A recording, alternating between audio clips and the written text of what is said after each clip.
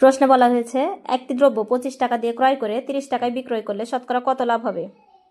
তো 25 টাকা দিয়ে ক্রয় করলে 30 টাকায় বিক্রয় করলে নিশ্চয়ই লাভ হচ্ছে এখানে। তো 25 টাকায় লাভ হয় কত?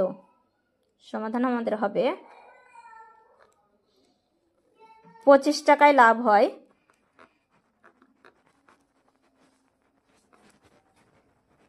বিক্রয় মূল্য থেকে ক্রয় মূল্য বাদ। বিক্রয় মূল্য কত? 30 মাইনাস 25 সমান 5 টাকা। তো প্রশ্ন বলা হয়েছে শতকরা কত লাভ হবে, অর্থাৎ 100 টাকায় কত লাভ হবে। 100 টাকায় লাভ হয়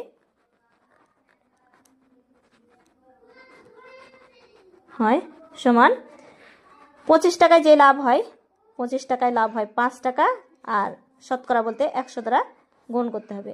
তো আমরা এখন যদি ভাঙাই তাহলে কি পাবো? 4 25 100, 4 5 20, অর্থাৎ 20 টাকা। 100 টাকায় লাভ হচ্ছে 20 টাকা।